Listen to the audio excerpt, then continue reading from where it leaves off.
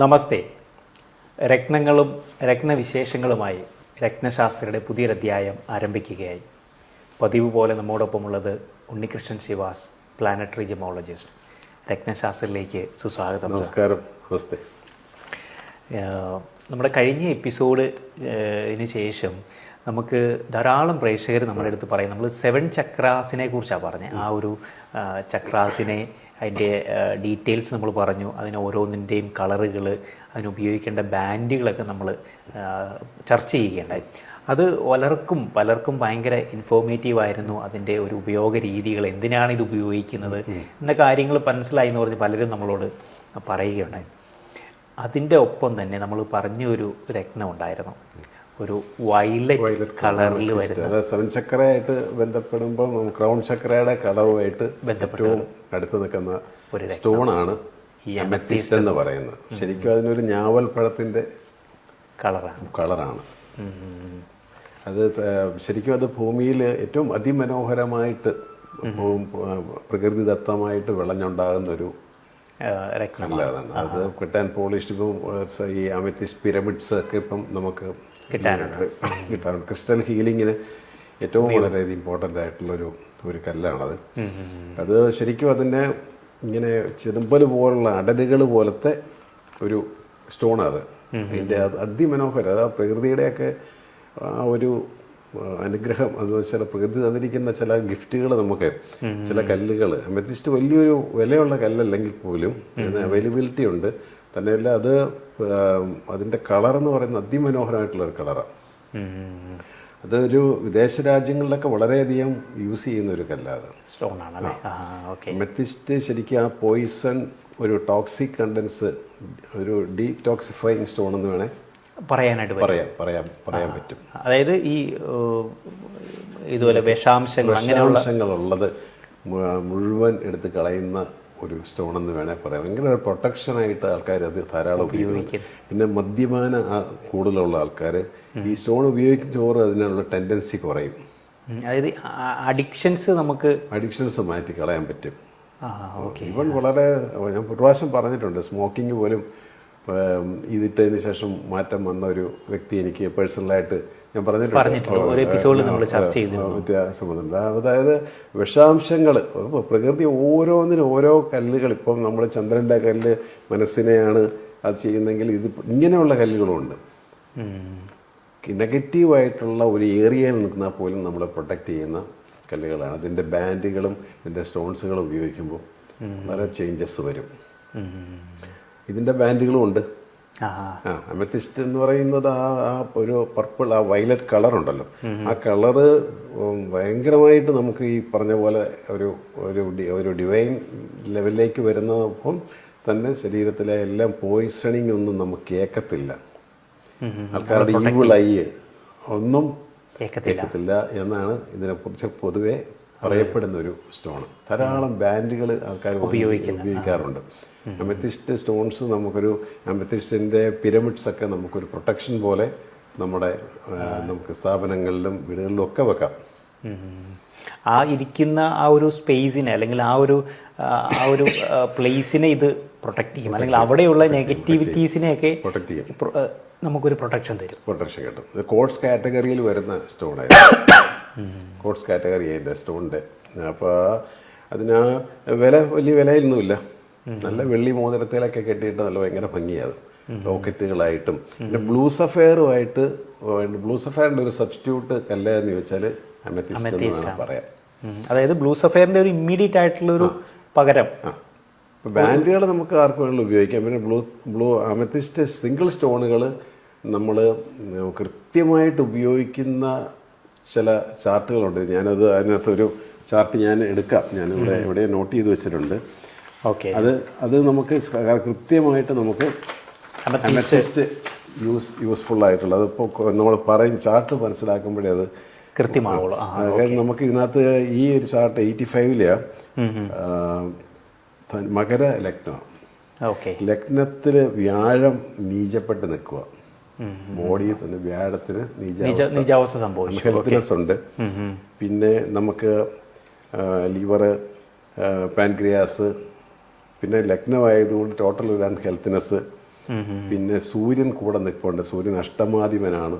നഷ്ടങ്ങൾ സംഭവിക്കുന്നതെന്ന് പറഞ്ഞാൽ നമുക്ക് ശാരീരികമായിട്ടുള്ള അതും ഈ ലഗ്നത്തിൽ തന്നെ വന്ന് നിൽക്കുന്നു. അങ്ങനെ ചന്ദ്രൻ 6th ഹൗസിൽ പോയി.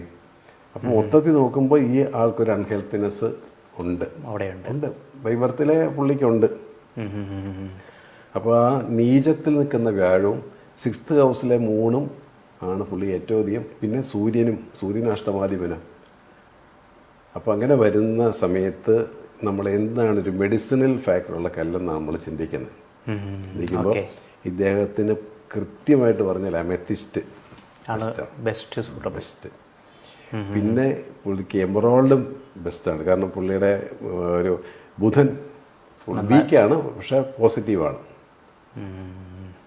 മനസ്സിലായില്ല? അപ്പോൾ നമ്മൾ ഈ നമ്മുടെ 4th ചക്ര അല്ലെങ്കിൽ നമ്മുടെ ഹാർട്ട് ചക്രയും നമ്മുടെ ക്രൗൺ ചക്രയായിട്ട് ബന്ധപ്പെട്ട 2 കല്ലുകളും ആണ് പുള്ളിക്ക് വരുന്നത്. ആ എനർജി പുള്ളിക്ക് പറഞ്ഞ പോലെയുള്ള പ്രാണായാമവും പ്രാക്ടീസും കാര്യങ്ങളൊക്കെ വരുമ്പോഴത്തേക്കും വളരെ മാറ്റങ്ങൾ വരും. അപ്പോൾ ഇവിടെ നമ്മൾ ബ്ലൂ സഫയർ ഒന്നും കൊടുത്തില്ല, ഇവിടെ നമ്മൾ അമെത്തിസ്റ്റാണ്. എമറാൾഡ് വേണം പിന്നീട് പുള്ളിക്ക് വേണമെങ്കിൽ അതിൻ്റെ കൂടെ യൂസ് ചെയ്യാം. അമെത്തിസ്റ്റ് യൂസ് ചെയ്യുന്നതോടുകൂടി പുള്ളിയിലെ ആ ഒരു ടോക്സിക് കണ്ടൻസ് ഒക്കെ ഇല്ലാണ്ടാവും. ഇത് കണ്ടമാനം മെഡിസിൻസും ഒക്കെ കഴിച്ചിട്ടേ നമുക്ക് ആ ഒരു ടോക്സിക് കണ്ടൻസ് ബോഡിയിലുണ്ടല്ലോ, ഇതെല്ലാം നമുക്ക് ഒരു പരിധി വരെ തടയിടാം. മുഴുവൻ എന്നല്ല ഞാൻ പറയുന്നത്, പരിധി വരെ.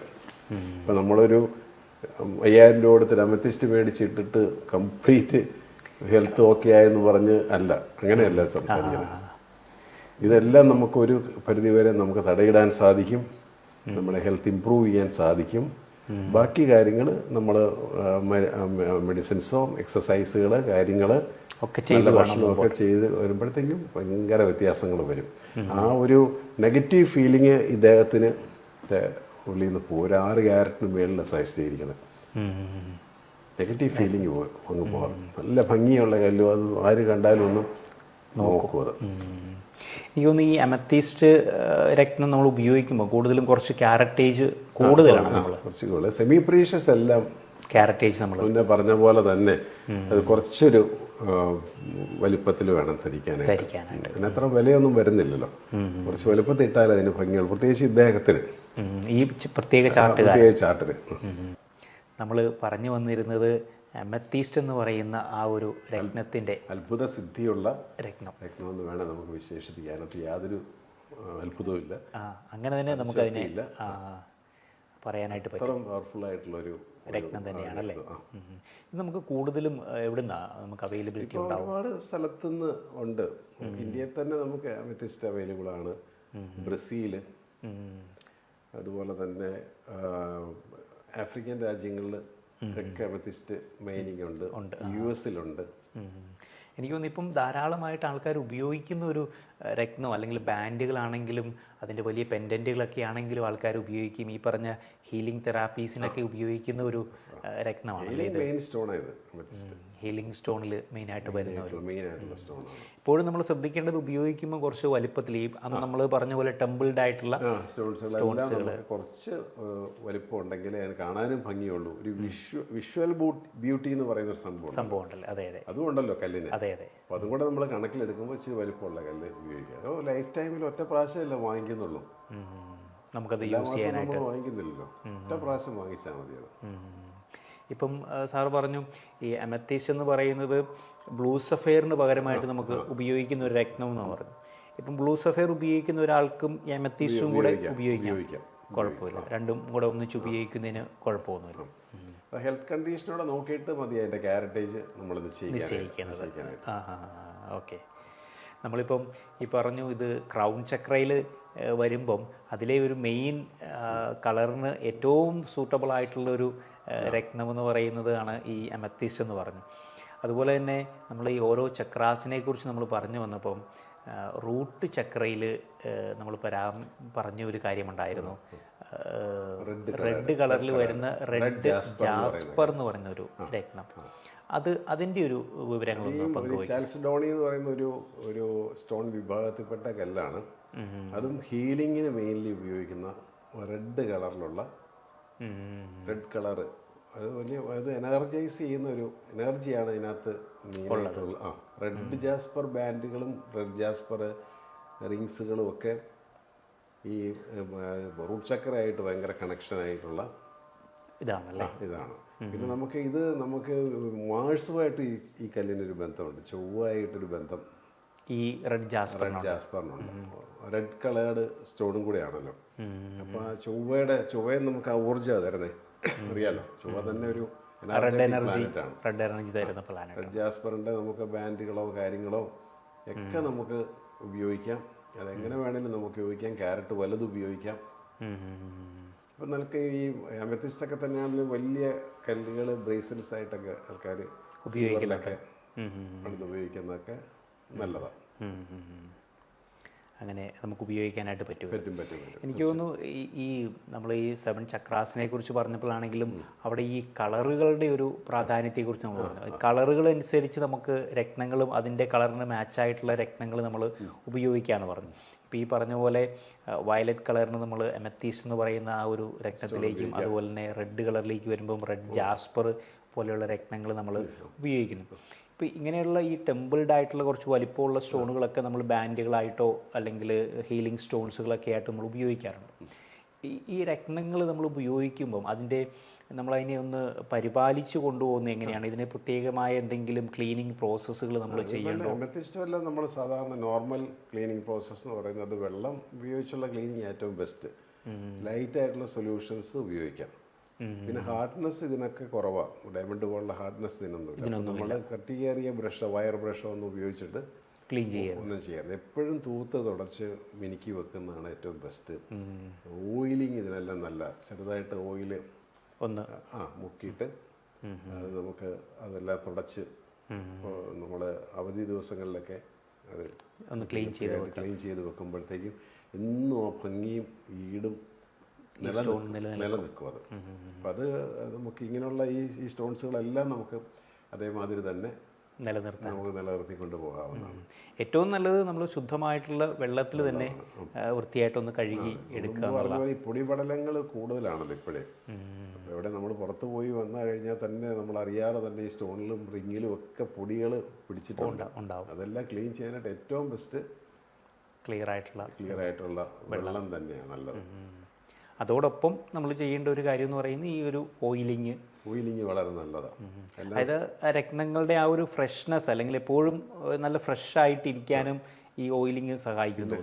ഇപ്പം നമ്മളിപ്പം ഈ പണ്ടല്ല, ഇപ്പം റീസെൻ്റ്ലി വരുന്ന കാറ്റ്സൈ എന്ന് പറയുന്ന കല്ല്, അത് ഇപ്പോൾ ഓയിലിങ് ചെയ്യണമെന്നാണ് ഇപ്പം ലേറ്റസ്റ്റ് ആയിട്ട് പറയുന്നത്. അതായത് ഇതിനൊക്കെ പെട്ടെന്ന് ബ്രേക്കായി പോകുന്നുണ്ട്. ഈ അടരുകൾ കൂടുതലുള്ളതാണ് കാറ്റ്സൈ. ലേയേഴ്സാ കാണുമ്പോൾ ഇതിന് ഒരുപാട് സവിശേഷമുള്ള കല്ലാണെങ്കിലും ഇത് കാണുമ്പം തൊട്ടടുത്ത് നമ്മൾ നോക്കുമ്പോൾ ഇതിനകത്ത് ഒരുമാതിരി ഡാമേജ് പറ്റിയ പോലെ തോന്നും. ഇതിൻ്റെ ലൈനാണ് ഇതിനകത്ത് വളരെ ഇമ്പോർട്ടൻ്റ് ആയിട്ട് വരുന്നത്. പക്ഷെ ഇതും നമ്മൾ ഓയിലിങ് ചെയ്തില്ലെങ്കിൽ ഇത് ബ്രേക്ക് ആവും. ആ ഒരു ഡാമേജ് അവിടെ സംഭവിക്കും അല്ലേ? അത് പ്രത്യേകിച്ച് നമ്മൾ ഷോറൂമിലൊക്കെ ഇത് വെച്ച് കഴിഞ്ഞിട്ട് നമ്മൾ ഓയിലി ചെയ്തില്ലെങ്കിൽ അത് സംഭവിക്കും. പെട്ടെന്ന് തന്നെ അതിനൊരു ക്രാക്ക് വീഴും, ഡീഹൈഡ്രേഷൻ സംഭവിക്കും. ഉപയോഗത്തിൽ അത് വരത്തില്ല. ഉപയോഗത്തിൽ നമ്മളെപ്പോഴും വെള്ളവും ഓയിലും ഒക്കെ ആയിട്ട് നമ്മൾ ബന്ധപ്പെട്ട് ഇങ്ങനെ നിൽക്കുന്നത് കൊണ്ട് അത് ആ പ്രശ്നം വരുന്നില്ല. ഉപയോഗിക്കാതിരിക്കുമ്പോഴാണ് ഇതിന് ക്രാക്സ് പെട്ടെന്ന് കയറി വരുന്നത്. അപ്പോൾ ആ ഒരു രീതിയിലൊക്കെ വേണം നമ്മൾ ഈ രത്നങ്ങളെ ഒന്ന് പരിപാലിച്ച്. എമറോൾഡ് പോലെ തന്നെയാണ് ഇപ്പോൾ കാറ്റ്സൈയും പരിപാലിക്കേണ്ട ഒരു കാര്യം.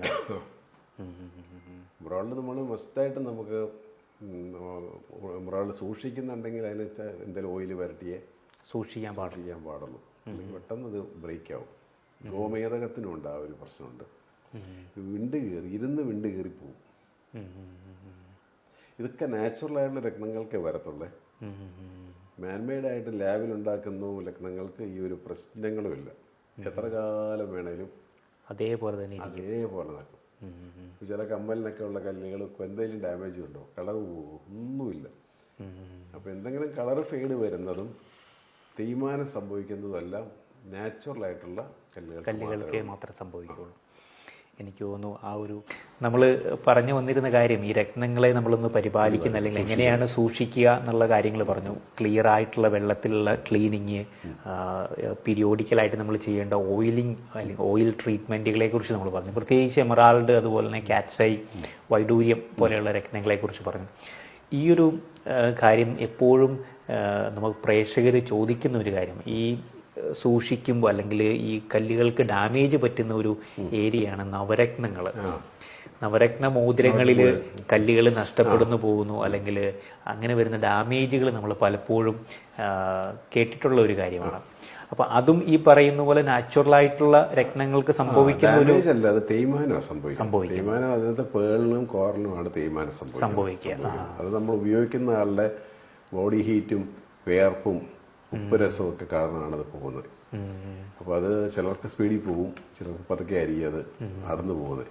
നടന്നു പോകുന്നത് കണ്ട് ഒന്നും പേടിക്കേണ്ട ആവശ്യമില്ല, കാരണം അത് നാച്ചുറൽ ആയിട്ടുള്ള കല്ലാണ്. അതുകൊണ്ടാണ് അതിന്റെ സെറ്റിങ് പോകുന്നത്.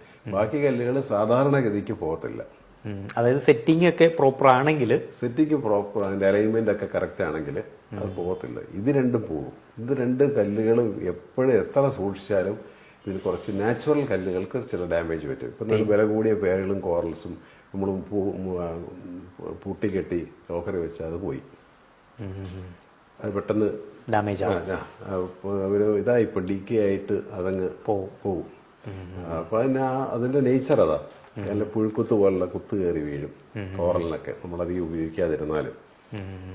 ഉപയോഗിക്കുകയാണെങ്കിലോ അതിന് തേയ്മാനം സംഭവിക്കും. ഇത് ആ രക്തത്തിന്റെ പ്രകൃതിപരമായിട്ടുള്ള പ്രത്യേകതകളാണ് അതൊക്കെ. അതുകൊണ്ടാണ് ഇതിന്റെ കോറൽ മാലകളും പേളുകളും ഒക്കെ പണ്ട് പോലെ മാലകളായിട്ട് ഉപയോഗിച്ചിരുന്നത്. അത് കുറേശ്ശെ ചെയ്യുന്നത് നമ്മുടെ ബോഡിയിൽ അബ്സോർവ് ചെയ്യും, നമ്മൾ എണ്ണയൊക്കെ തേച്ച് പിടിപ്പിക്കുന്ന പോലെ. കോറൽ മാലകളും പേളുകളും അനുയോജ്യവർക്ക് നല്ലതാണ് വളരെ. അതുകൊണ്ട് പണ്ട് കാലം മുതലേ ഉണ്ടത്, യൂസ് ചെയ്തു വരുന്ന കാര്യങ്ങളാണ്, യൂസ് ചെയ്ത് വരുന്നത്. അപ്പോൾ പേൾസും കോറൽസും നമ്മൾ ഈ പറയുന്ന പോലെ നമുക്ക് ഒരുപാട് ജീവിതകാലം തലമുറകളൊന്നും കൈമാറാൻ പറ്റുന്ന ഒരു രത്നങ്ങളല്ല. തേയ്മാനം സംഭവിക്കും. ഒരാളിപ്പോ ഉപയോഗിച്ച് വന്നാൽ അത് കുറെ കാലങ്ങൾ കഴിയുമ്പോൾ തന്നെ അതൊക്കെ തേഞ്ഞ് പോവും.